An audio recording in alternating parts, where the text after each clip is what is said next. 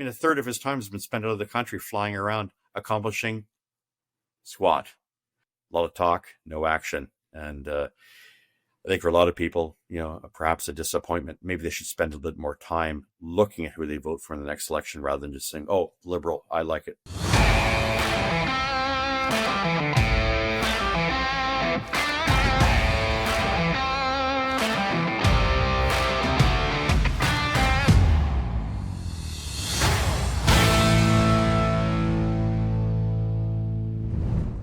Ladies and gentlemen, Ottawa was a fury of activity today between the budget, the politics, the spin, and everything in between. So we thought it'd be a great idea to get somebody on the show that has lived this in his career. And he's been on the show before. We're grateful to have him back. Former Liberal MP, not under Justin Trudeau, Dan McTeague. Welcome back to Northern Perspective. Ryan, great to be here. Missed a day since the election, and looking forward to another one at some point down the road. It's going to happen. Indeed.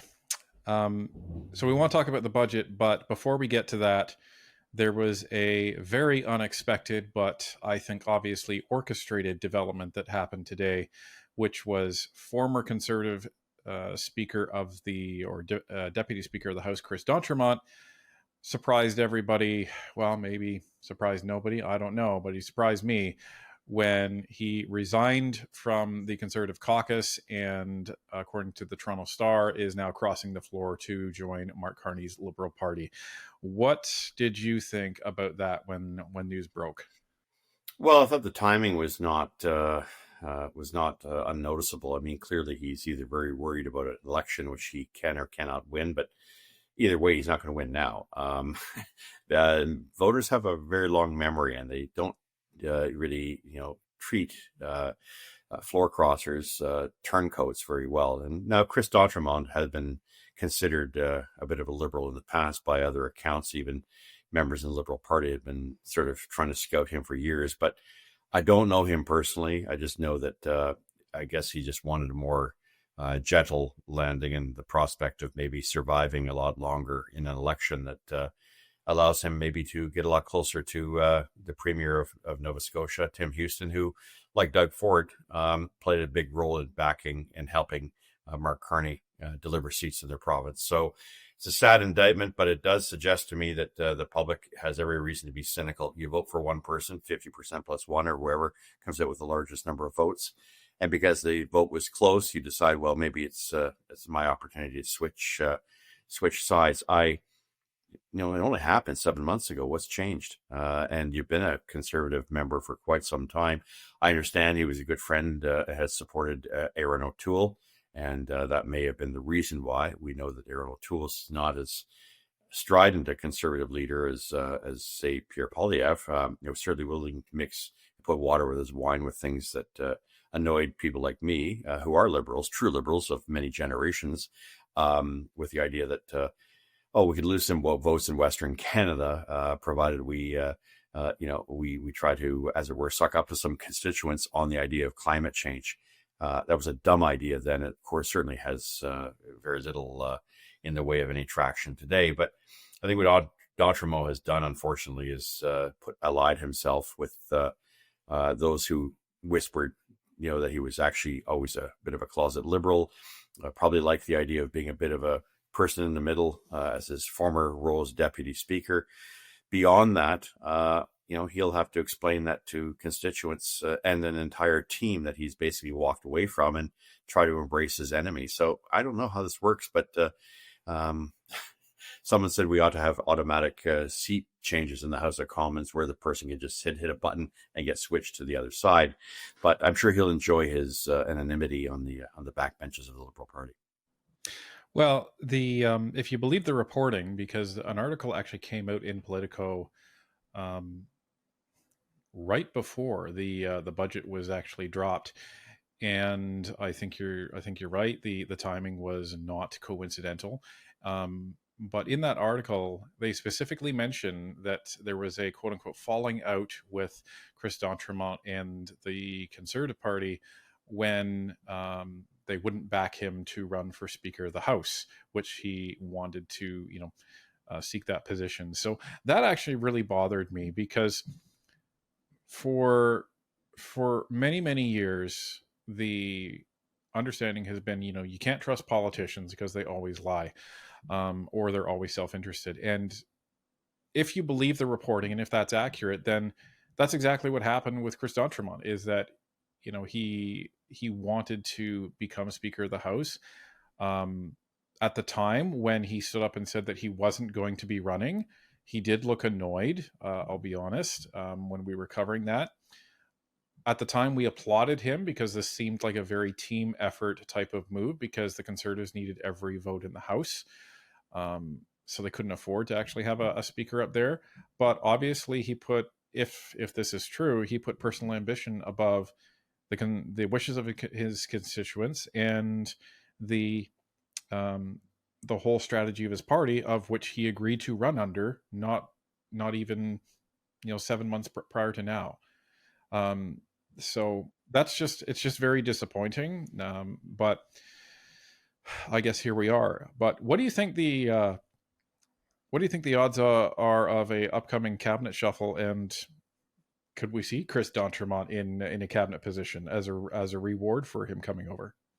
Oh, maybe. I mean, the Liberals have to try to win back and get a couple more seats so that they can actually have a functioning majority. But that majority depends on everybody showing up all the time, and it would have also included the prospect of your, of your speaker being from the opposition side, not from the government side.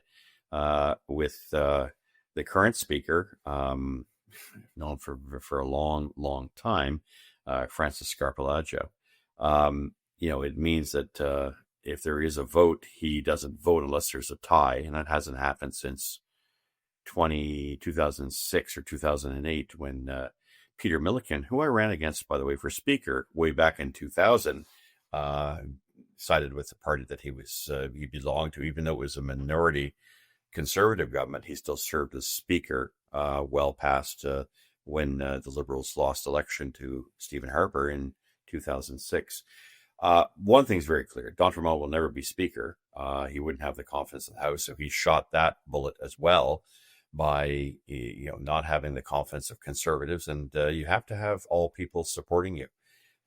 It's likely that yes, the party made a decision, but at the time to discourage him from running because they needed every seat. But all this will get rectified probably in a year from now or less, when there is another election. And I'm not usually a betting man, but I know enough about politics. I don't think D'Entremont will probably run, much less be successful in doing so, especially as the tide is going to change. I mean, the Liberals have really put themselves into a corner here, fiscally and strategically, and I don't see how many people are going to, unless they can be bamboozled again and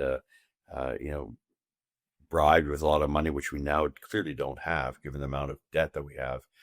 I don't see Liberals being as enthusiastic, and I don't think the NDP is going to sit on the sidelines. I mean, no doubt after Jagmeet Singh, the party will probably recover, maybe 1 or 2%. That will be very good for the Conservatives. And I think with the Conservatives having lost a number of seats by fractions of votes, it's likely that there will be a new government at some point down the road, and it won't have Mr. D'Entremont as either its speaker or, more importantly, as a potential cabinet minister, which he could have been, given that he's bilingual. I can tell you, it's a rare commodity. I'm fluently bilingual. I mean, I speak French and English, and it was very helpful in my time as a member of Parliament to be able to reach out.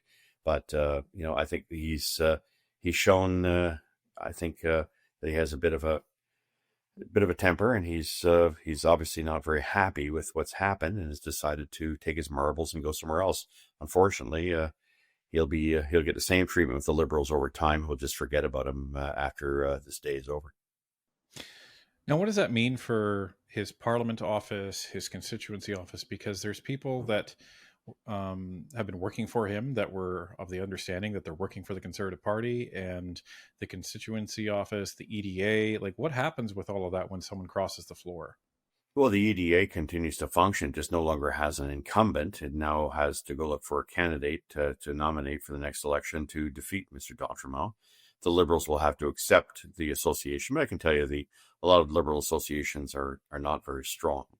So, may not be all that difficult. We saw this before in Nova Scotia. I mean, I was there when Scott Bryson left the Conservative Party, the Progressive Conservative Party, to join the Liberals during that period of time. So did Belinda Stronach. I mean, but from Nova Scotia, it's not on.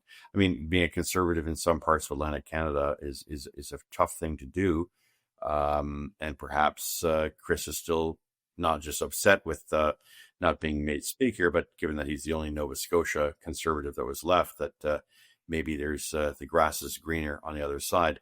Whatever he's done to cast his lot, he's going to find the next year the disruption that he's made for others, and a lot of alliances, I think, are probably gone. The association or the EDA will have to obviously take into account they no longer have an incumbent. Doesn't change their status. Doesn't change his status on Parliament Hill. He still has an office. It's probably going to be changed to some other location, but that's not likely to be a problem. The staff is usually hired based on their expertise or know-how of parliamentary procedure, the understanding of committee work, research, communications. Usually have two people working with you on Parliament Hill if you're not a minister. So that I don't think there's going to be much of a change there. His budget doesn't change. He's still an elected member, but maybe we have come to the point in time where we have to start to say, well, it's not up to the member of Parliament, no matter what their grievance may be. You have to bring it back to the people. It's their choice, not his. Yeah, I think if someone doesn't want to remain in the position that they were elected in, I've seen a lot of comments online today. I think, and I agree with this, is if you want to be there, then you must resign, and a by-election is called. Like it is what it is, because you've now taken that out of the people's hands that actually put you there. And that is anti-democratic, and I don't think it's right. But that's a discussion for another day. But unfortunately, this has kind of overshadowed what the main point of today has been. So let's get into that, which is Mr. Carney's ridiculous monster budget of $78.3 billion in deficit spending, $141 additional billion in new spending, and something like $322 billion extra dollars in deficit over the next 5 years, something like that. And now our interest payments are outpacing the actual health transfers. What is your reaction to this budget? Unbelievable. I mean, surreal. We knew this was going to happen. I'm surprised the number isn't higher, because someone still has to account for the 6 or 7 months of the year that the government should have had a budget, didn't prepare one. But every single, analysis has been done of previous budgets going back to 2020. Has a Liberal Party, has a government that has never been able to project accurately where deficits are going, other than the fact that they're rising and debt is rising with it. And of course, all that is fine for some people, Ryan, on the assumption that the economy is growing, but the economy is not. Total cuts maybe represent 2%. Growth in the economy probably going to drop 2 or 3%. So we will continue to see an unreliability of these numbers. It has to be perfect. Yes, a change from Justin Trudeau, who was basically, a drunkard when it came to spending, didn't really care, and budgets balanced themselves. But here we have, more evidence of the fact that Liberals were in fact on a significant spending spree. And at $78 billion, that by any measure is the largest deficit that we have ever seen. And deficit, I want people to understand, that's over the amount that we are taking in and that we have to now go borrow in order to meet the obligations. And so 78 billion, 60 billion, 50 billion, those numbers are likely to go up in the next few years unless there's a massive, rebound in our economic fortunes. And we've done a lot to ensure that the economy of this country doesn't function. I mean, migration was the big problem, employing and using and overemphasizing net zero nonsense, which is still in the books, emissions caps, which they say might come off if certain conditions are met, which I think are ridiculous. No one is going to invest with those kind of, add-ons and exceptions and buts and if and commas. They're not going to come into Canada and start investing in oil and gas. much less manufacturing. That now, Mark Carney's made it very clear. Yeah, I got rid of the carbon tax, the consumer one, but I'm going to replace it and make the industrial carbon tax the center of my green fantasies and policies that have been destructive to Canada. So for consumers who thought, oh, we're off the hook, you're back on the hook. It's just it's going to be given to business, and whether or not they accept it will be up to whether or not they want to stay in Canada. And some will probably pack up and leave. And I think that with that, consumers are hurt, businesses hurt. I see even greater deficits in the years to come. I think like all previous deficits, the Liberals' projections and budgets for the years ahead, the Liberals have been getting it astonishingly wrong, underestimating the damage of their policies. And I think this will be no different. Well, and the most insulting thing is, even though that Mark Carney lays out the industrial carbon tax in his budget, like it's there for all to see, his ministers are telling anybody who is actually talking about the industrial carbon tax, they're saying that it's an imaginary tax, and they're trying to gaslight you into thinking that this isn't real, when you can actually see on the government website, it actually says strategy for industrial carbon pricing, aka the carbon tax. Like this is not something that is in dispute, yet the ministers are trying to say that. And as I want to touch on one other point, because in Champagne's speech, he's trying to say that, oh, don't worry, our massive deficits are fine because we're expecting $1 trillion of investment to come into Canada. What do you say to that? You're expecting people to actually take advantage of the $1 trillion grift. You're not getting anybody coming in with money. They're going to take advantage of the money you have. We saw that with electric vehicles. We've seen this with policies surrounding, green energy. Everything these guys have touched so far has meant only one form of incentive, and that's public borrowed tax dollars being given to grifters to achieve a certain objective, which is pyrrhic at best, unnecessary, plainly. And so for any normal look at this, I mean, one of the things that I think is even more disturbing is the idea that Canada's got the best debt to GDP ratio. Despite the fact that it's $1.5 trillion bucks, and that doesn't take into account the sub-sovereign debt. Our sovereign debt in Canada is more than double that. And if you measured it based on the fact that we cannot use the CPP and we cannot use the pension plan to collateralize that debt, as some ridiculous people are willing to do. I call them stupid and ignorant because they are. There's no way you can raid the CPP or QPP and pretend that that's somehow an asset that you can, you can borrow even more money on. Given that that is the reality of the situation, no other G7 nation has sub-sovereign provinces or debt holders that are allowed to go out there. Our number is more like 115, maybe even 120% debt to GDP. Means basically our debt is greater than the worth of our economy. And that should scare everyone. I'm not waiting for the Dan McTeagues of this world to make that kind of conclusion, because that's something that I was trained with when Paul Martin, Jean Chrétien, and finance ministers after Paul Martin had to look at, including Ralph Goodale.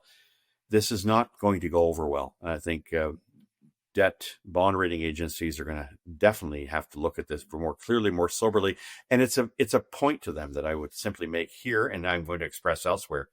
You cannot use, it's not fungible. You can't liquidate the CPP or the QPP, the pension plan, and use that as a means of leveraging the massive debt that you have. And that given that is the case, unless they're extraordinarily ignorant, contrast that with what provincial debt is, which is about the same, and you now have not $1.5 trillion, but actually $3.6 trillion in debt.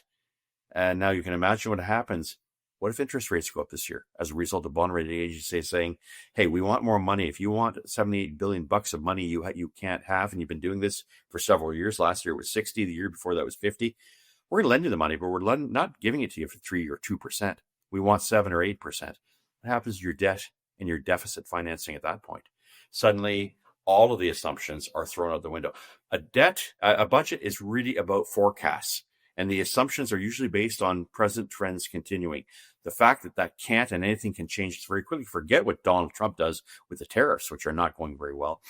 anything along the line of suddenly a big increase in our commitments on interest would cause those numbers to go even higher. So you're not paying, $1 billion, $1.2 billion a week now to service the debt. You'd be paying $1.3 billion. And if interest rates go higher, maybe $1.4 billion, $1.5 billion. That then comes from the revenues that you're bringing in. But the revenues, Ryan, we have to understand, as the economy is weakening, revenues are falling. So the debt isn't going to fall with it. The debt is going to go even higher. So the idea that somehow, we can create incentive. I've heard Liberals in every previous budget, the Conservatives had a great ad today. They keep talking investments. They've been talking investments since 2015. They think that debt is an investment. It's not.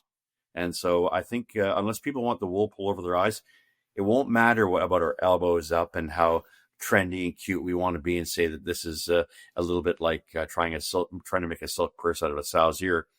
I think real financiers are going to get hold of this, that this country is not a safe place to invest, and that its debt situation is worsening literally by the month. Yeah, and by the year. And it's a really good point that you made, because as Canadians are losing their jobs, then that is lower revenue for the government, because that's less income tax that those Canadians are actually going to be paying to the government. And we're seeing thousands of people losing their jobs across the country as a result of the poor economic climate. Like, if we had a good economy, it wouldn't matter if Trump had these tariffs up, because we would be doing okay. It wouldn't hurt us as much. The problem is we've been put in such a weakened financial position by liberal policies over the last 10 years that this is where we are. And they're sitting here trying to blame Donald Trump, but that's irrelevant, because we have our own house here and they haven't taken care of it. And like these previous liberal budgets, they seem to think that they can spend their way out of debt. And what is the first lesson that anyone is taught in their life about economics? Don't spend money you don't have. Exactly. And any money that you are quote unquote investing, it's always a gamble. But never mind investing in the military. No, you're spending money on the military, because the military isn't going to pay that money back. So it's not an investment. So given the fact that they keep using the spin, it's disrespectful to Canadians, because it's not being forthright with how they're spending their money and how they're spending their great grandchildren's money at this point. Yeah, there is so much to come at this. I mean, we all want the country to do much better, but the sad reality is that we've accepted a government that has ruined the national finances, and we have a leftover government, call it what it is, coming in trying to make something out of what is an absolute abysmal situation. And saying that there are comparisons around the world makes it even more odd, given that our situation should be a lot stronger, given our natural resource sector, given our industrial sectors that we've had in the past, given our human talent, and given the attractiveness that we once had and relative wealth that we once had. But we have frittered that away in favor, and let's be honest about this, net zero, DEI, ESG. In our attempt to be woke, we've basically sold the farm for a handful of beans. And there is no beanstalk at the end of the day that's going to take us to some promised heaven. The reality is that we have painted ourselves into a serious corner, the likes of which trying to suggest that we can get out of it by tiptoeing or maybe things will get a little bit better. They're not. And we know full well, even with or without a deal on tariffs, at the end of the day, as long as Canada maintains supply management only for the dairy farmers or a few others, and as long as we have the financial institutions of this country saying there's no big deal here because they don't want Americans to be allowed access to our market, as long as we don't open our market, we're going to continue to find ourselves whipsawed between two superpowers who at the end of the day think of Canada as a bit of an irritant and a bit of a problem. Now, I'm not just referring to the United States, but also China. And both would love to use us, but both recognize the vulnerability that 10 years of woke voting elbows up, COVID paranoia or fear or hysteria, pushing dope in 2015, or, even climate bedwetting in 2019. We've made some bad choices here, and bad choices have consequences, and they're going to have consequences, sadly, for the people who both misunderstand how bad this government has managed things and for which this current government is not prepared to relinquish. They still want to pretend that what happened over the past 10 years was just an aberration that can change overnight and suddenly become the Cret St. Paul Martin liberals. They're not. And as long as they cling to international narratives like the World Economic Forum's agenda or the United Nations agenda that somehow Canada's responsible for, changing the world temperature because it's emitting inert CO2 at a very low level, as long as we continue believing that, capital is going to flee the country. People are leaving the country. Capital doesn't want to come here.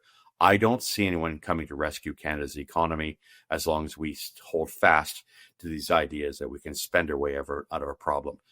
This is not about, telling us what we're going to do. Show us what you're going to do. And at the end of the day, what they're showing us is more of perhaps a lesson, but more of a continue down this very dark path, which I think is going to leave a lot of Canadians with the feeling that this country has certainly lost its way. So Canadians are looking at this budget. They're concerned. Young people are obviously very nervous. Maybe they're losing a sense of hope as a result of what this budget is going to imply. What do Canadians do? How do Canadians respond to this in order to try to retake control of their own destiny in this country? Well, I think understand that the government has got to abandon the principles on which it has created the economic chaos in this country and destabilized it. Saying that your migration, you're going to lessen a little bit, I think is too late. And it's there should be zero at this point. When it comes to migration, the country needs to heal. It needs to absorb those that have come in here and let them work for some time. It needs to understand that you can't have paltry spending cuts while, engaging in massive extra spending, additional spending, and try to somehow, create the impression that some of it's going for capital and some of it's going for, for operational purposes. And I think that's where we have to end this idea that they can spin this into somehow being something it clearly is not. And that this is a very bad budget that should have reflected the severity of 10 bad years of government policy, for the likes of which they are not prepared to. They're not prepared to relinquish net zero. I didn't hear that today. What I heard is a government that wants to double down and maybe kick it further down the road, provide us with industrial carbon taxes, probably not get rid of the emissions cap. So they'd like to say they are going to do it. But they also, at the same time, believe that saying all these things will somehow attract capital back into Canada. And it's not. The capital is gone. We've scared people away. We've told them to get lost. We've told them that you can only come in here unless it's sustainable. Oh, that you have unanimity among Indigenous groups when it comes to the planning of pipelines. There is no unanimity in this country. There might be consensus. There's going to be mostly winners and the odd loser.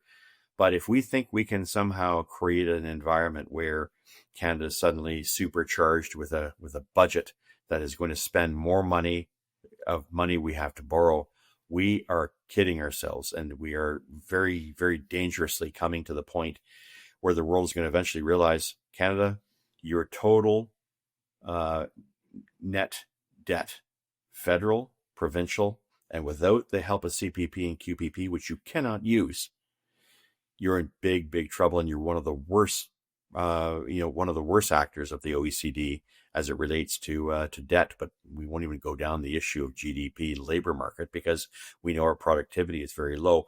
We cannot jumpstart an economy that at this point is 20 fathoms below sea level. So we talked months ago about Mark Carney, what he might be bringing to Canada. And that interview ended up getting a lot of attention. It's actually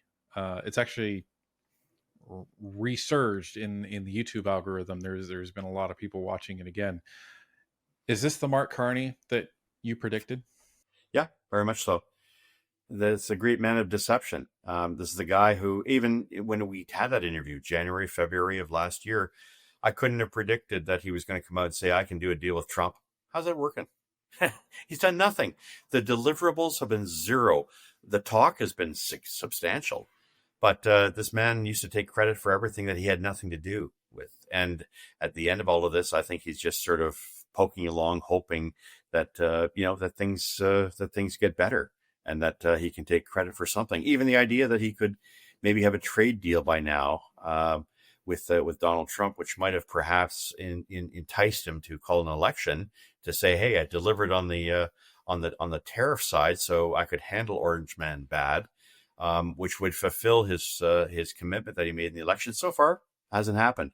I'm sure he's pretty happy with Doug Ford, his buddy who helped him get elected by switching sides. Sounds like he did a Chris D'Entremont, or Chris D'Entremont did a Doug Ford, maybe even a Tim Houston. But that aside, I think Mark Carney is, a lot of people are basically saying, my kids have lost their jobs. They can't find work. I'm about to renew my mortgage. It's coming up in January and February and March. The value of my savings is gone. I don't probably have a job in a month or two. And I don't know how I'm going to make ends meet. And the food banks aren't delivering, 3 meals a day for me.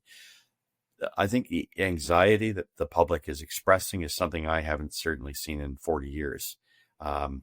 Is it deserved? Nobody deserves to go through this, but our careless and wanton desire to be cool and trendy and go with the ESG, DEI, net zero, the latest fads, has got us in one hell of a mess. And we've taken a country that in my time built a very strong fiscal position, and we've cast it to chance. We've thrown it away. We've discarded the idea of fiscal prudence in favor of being cool and being the latest that can virtue signal our dollars that we can spend with abandon in other places around the world. It's like, they like to fly around, and they do fly around. Mark Carney being the best example. I mean, a third of his time has been spent out of the country flying around, accomplishing squat. And so if that's what Mark Carney is all about, maybe it does prove, in fact, what I had said last February.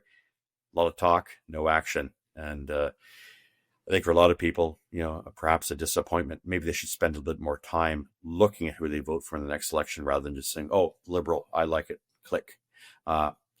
Word to the wise, it isn't the same Liberal Party, but its leader is very much like the previous leader. It looks like he's going to spend a lot more than Justin Trudeau did, if that can be believed.